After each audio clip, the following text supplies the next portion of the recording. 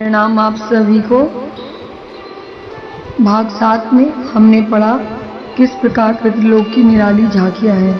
आज हम पढ़ेंगे अगला अध्याय कि किस प्रकार जब फोर्ड ने अपनी बात समाप्त की तो श्रीमती रूथ मॉन्टगोमरी ने उनसे पूछा, क्या आप ऐसी आत्मा को बुलाकर मुझसे परिचय करा सकते हैं जिसे मैं पहले से जानती हूँ, जिससे मैं सत्य और असत्य का पता लगा सकूं। फोर्ड एक सोफे पर आराम से बैठ गए, दोनों आंखें एक काले रुमाल से बांध ली। रूथ ने पूछा, क्या बत्ती बुझा देनी चाहिए? पर फोर्ड ने कहा, उसकी कोई आवश्यकता नहीं है। थोड़ी देर बाद एक आवाज आने लगी। यह आवाज यद्यपि फोर्ड के मुख से ही आ रही थी, पर उनकी आवाज से बिल्कुल भिन्न। उसने बताया, यह लो श्रीमती रूथ, तुम्हारे चाचा तुमसे भेंट करना चाहते हैं। इनका नाम फ्रेडेरिक बेनेट है। बहुत समय पहले अमेरिका में पादरी प्रीचर थे। श्रीमती रूथ तुरंत बोली, नहीं नहीं, यह गलत है। मेरे इस नाम के कोई चाचा नहीं थे और न ही इस नाम के किसी व्यक्ति को मैं जानती हूँ। इसके बाद फोर्ड ने फिर बोलना आरंभ किया, वह भी तुम्हें नहीं जानते, पर उनका कहना है कि तुम्हारे पति उन्हें खूब अच्छी तरह जानते हैं। तुम्हारे पति का नाम बॉब है? तुम उनसे घर जाकर पूछना। और हाँ, अब लो, यह तुम्हारे पिताजी उपस्थित हैं। वे अपना नाम विलियम टॉस बता रहे हैं। श्रीमती रूथ यह सुनते ही चौंकी। वस्तुतः उनके पिता का यही नाम था। मध्यम ने आगे बोलना आरंभ किया, श्रीमती रूथ आपके पिता और आपको और आपकी माताजी को बहुत प्यार कहते हैं। वे बताते हैं कि जब उनकी मृत्यु हुई थी तब उनके पास तुम नहीं थी। वे काफी बीमार थे और एकाएक उनकी मृत्यु हो गई। मरकर थोड़ी देर में उन्हें अपने रोग का पता भी नहीं रहा। वे स्वस्थ अनुभव कर रहे हैं। वे कह रहे हैं, यहाँ किसी प्रकार की बीमारी नहीं है। मनुष्य हमेशा एक सी अवस्था में रहता है, न वह बूढ़ा होता है, न बालक, न युवक। और हाँ देखो, तुम्हारी माताजी यहाँ नहीं है। वे तुमसे काफी दूर हैं, अभी कुछ दिन तक आएंगी भी नहीं। उन्हें मैं देख रहा हूँ, उनकी टांग में कई दिन से दर्द हो रहा है। उक्त दोनों व्यक्तियों के अतिरिक्त कई और जानी अनजानी आत्माओं का परिचय श्रीमती रूथ से कराया गया।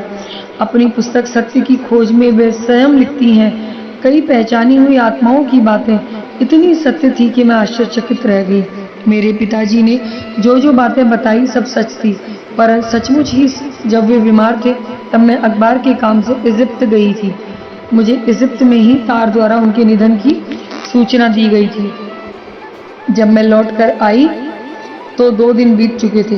पिताजी किसी बीमारी से ही मरे थे, यह भी मुझे अच्छी तरह मालूम है।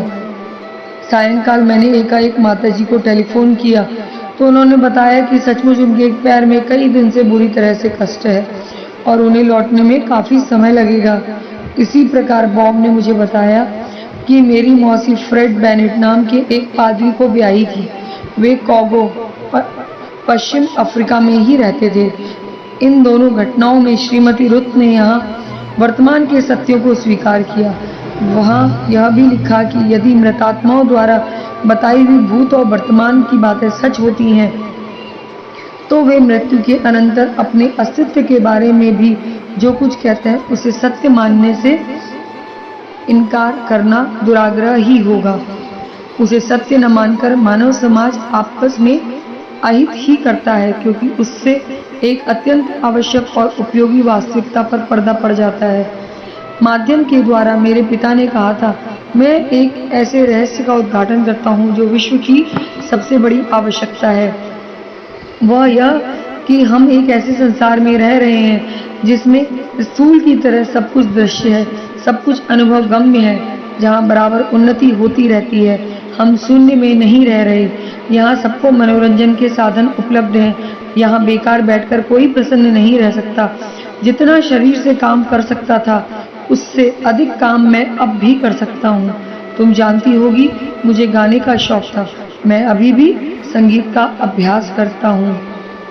आगे के अध्याय में जानेंगे कि किस प्रकार रूथ को अपने पिता की बातें अटपटी लगी या वह सत्य मानकर इन पर उनकी कुछ प्रतिक्रियाएं थी।